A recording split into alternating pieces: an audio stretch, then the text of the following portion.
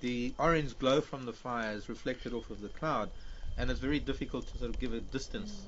I went out with Suzanne after dinner, and we were out in quarantine, and eventually went up onto Zoe's Road, because Zoe's Road has a beautiful view southeast over the reserve, and we could actually see flames way down in the southeast. I still don't know whether they were Mala Mala or have you heard? I heard it was on Mala Mala boundary.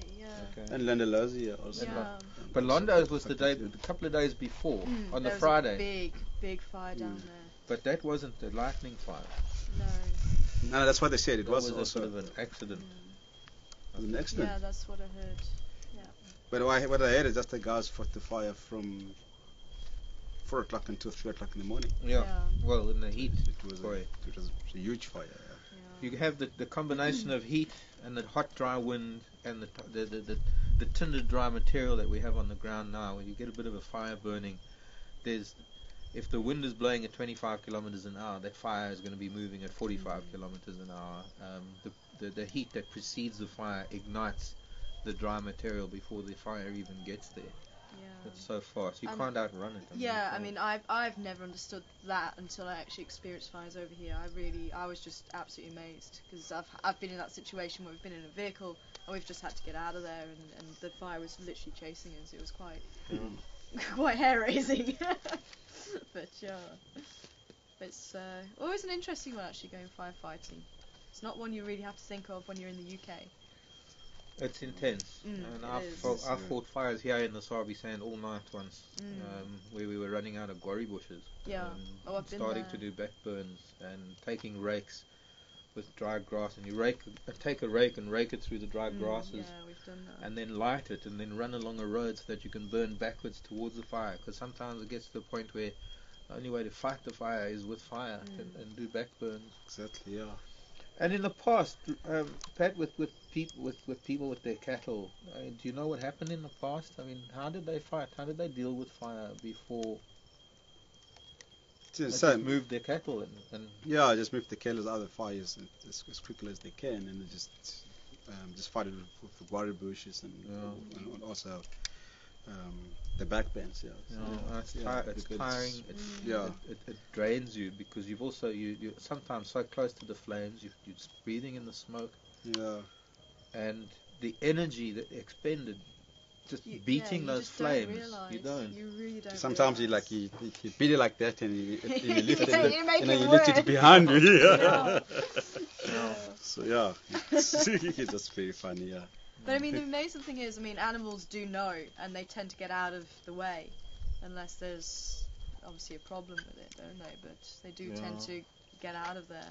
There are times when it can burn into itself, and that can happen. And sadly, it's been part of nature for millions of years. Exactly, the environment has adapted to it, and it needs it, doesn't it? It does. Exactly. It does. As long as it's the right time of the year, and this is the right time of the year. I mean, it's the time of the year when the rains are coming, and the perfect conditions exist for the start of fires. And as soon as the fires burn out, I've seen animals move back into a burnt area while there's still logs burning, because there are already green grasses. There's already green stuff underneath the dry stuff that burns. And it depends on whether it's a hot fire or cold fire, but it comes back very quickly. And in fact, we can actually, with having fires in the southern part of the Sabi Sand, we can probably lose the things like wildebeest and zebra that know that there have been fires there, and as soon as the rains come, they're going to move down there, because they know the grasses are going to start down there. Exactly, yeah.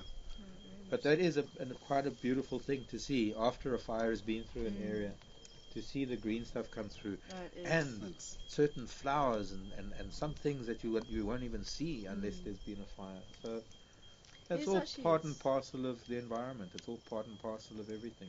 And it happens so quickly as well. I mean, that's the thing that I couldn't get over, my first fire, and the fact that it really just comes alive a few days later. It really is just incredible.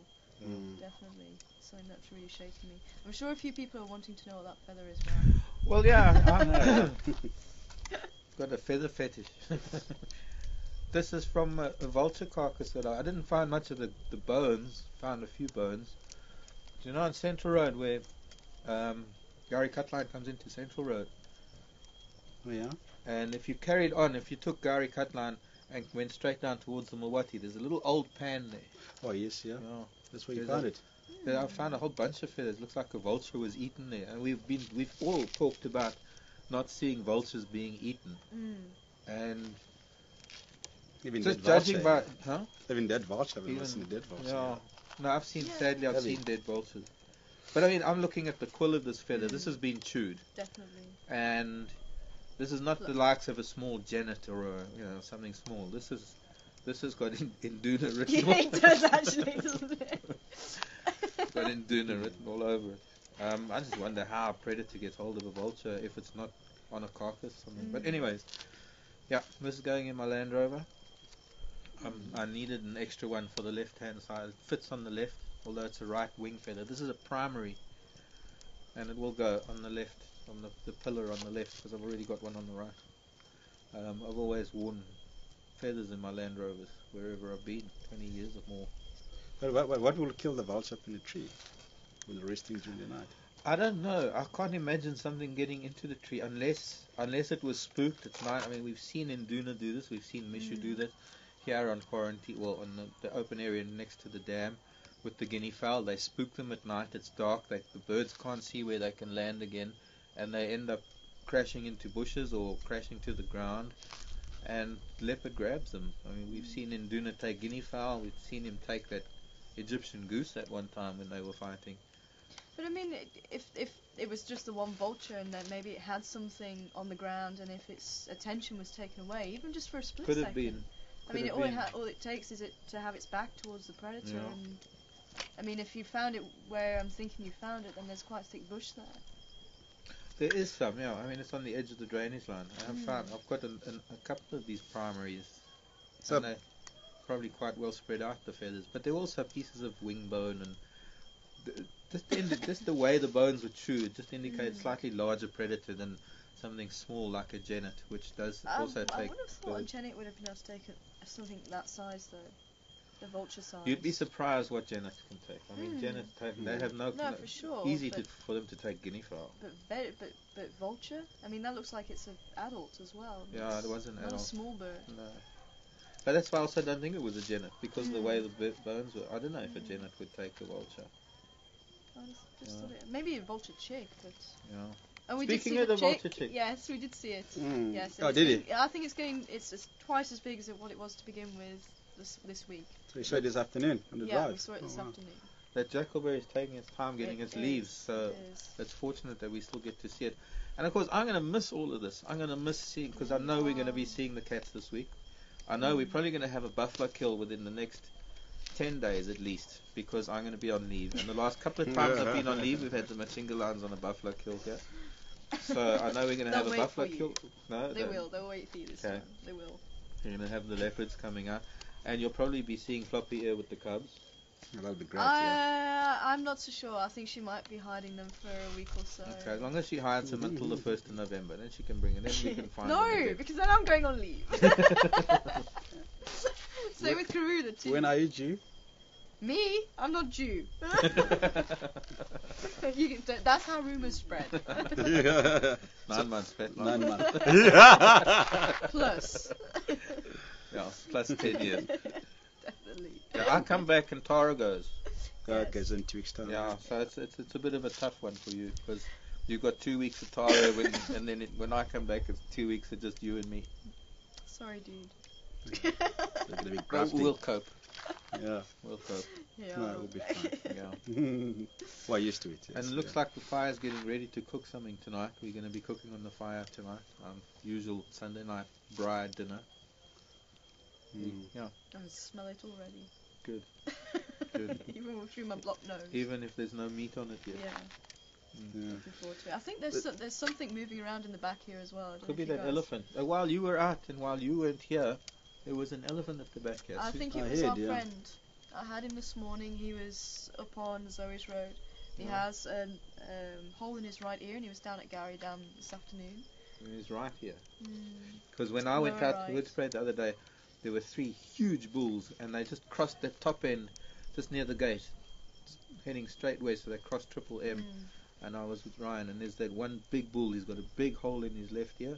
I took some photos I didn't take a camera. I should have, because the light was fantastic, and it was just after the rain, so the sky was as clear as can be, and you could see all the way clear through to the escarpment. You could even make out the different colours of the lichen on the cliff faces of the escarpment. It was one of those days when you got a little bit of low hanging grey cloud with dark patches underneath, and you could see forever, and forever was as clear as. Suddenly you realise you had 20/20 vision. So yeah, it was quite amazing. Also seeing those bulls, I was hoping that they would come back. I'm just upset because I was driving around all day yesterday looking for elephant, and when I came back there was elephant at the dam. Oh yeah. On my way in this morning, I saw a few elephant tracks on Beetle Extra just before the quarantine. Oh, did he? And we had a beautiful sight of them this morning. We had the females, and they actually started coming right in. I mean, I had a female about 4 meters away, and she was kind of just checking us out. And awesome, with the calves and everything. Where was that? Just off of Zoe's Road. I was in the drainage line. Could that have been the group that was at Gary Dam today then? Possibly. I didn't see them though. I think it was. I guess I'm going to go look for them first thing tomorrow morning. And I'll be doing the drive tomorrow morning and tomorrow afternoon, my last 2 drives. And of course I'll be saying goodbye to you tomorrow afternoon for 2 weeks as I head off up to the Timbavati. Paula's already in the air. She's probably in Minnesota or maybe even on the way to Atlanta already. I don't know. I must check her itinerary. But we'll be talking to my Timbavati Temple for the next 2 weeks, I hope. And coming back here on the 1st. So I'm going to miss you all. And we're going to miss you. We'll miss you too, yeah. Oh, thanks. Yeah. There's tongue in cheek, crossed fingers under the chair. Yeah. You're going to be quite happy to have me away, the mice will play. Not complaining about the kitchen. Not working barefoot. And just let everybody know as well, as there's been a few people worried about me, I am getting myself off to the doctor tomorrow. So yes, I am getting myself checked out. So hopefully they'll be able to give me something to stop coughing. But I'm feeling fine in myself, it's just the cough, and it really needs to go now. Yes, and it needs a doctor to tell you what you need to do. And the doctor is in Hoedspruit, which is about an hour away. 20 kilometers, 45 from here? About 80. 80? No. Well, it's... Plus return, I think. No, I mean... No, you're right. You've got 30 on the Auckland Road, and it's at least 20 to the Auckland, it's more. It's 25 to the Auckland Road, and it's 25 to Hoedspruit from the Auckland Road. So it takes about an hour. And a half. An hour drive. And if you're in your Land Rover, in my Land Rover, it takes about 2.5 hours. Yeah, well, it's getting chillier. We need to move it close to the fire, and we need to start cooking and eating. And Pat, thanks for bringing us on your Fireside Chat. I've probably taken the limelight. No, it's my pleasure. Thanks for joining, Mark and Tara. Okay, folks, and you have been watching Wall F Sunday Fireside Chat, and I hope everyone enjoy it. And from me and the rest of the crew, and I'll be saying cheers. We'll see you guys in the morning, same time, 5:30 South African time for a morning drive with Mark presenting in the morning, and I'm sure we'll be with you on the camera. I'll go on camera. Oh, shit. For the change.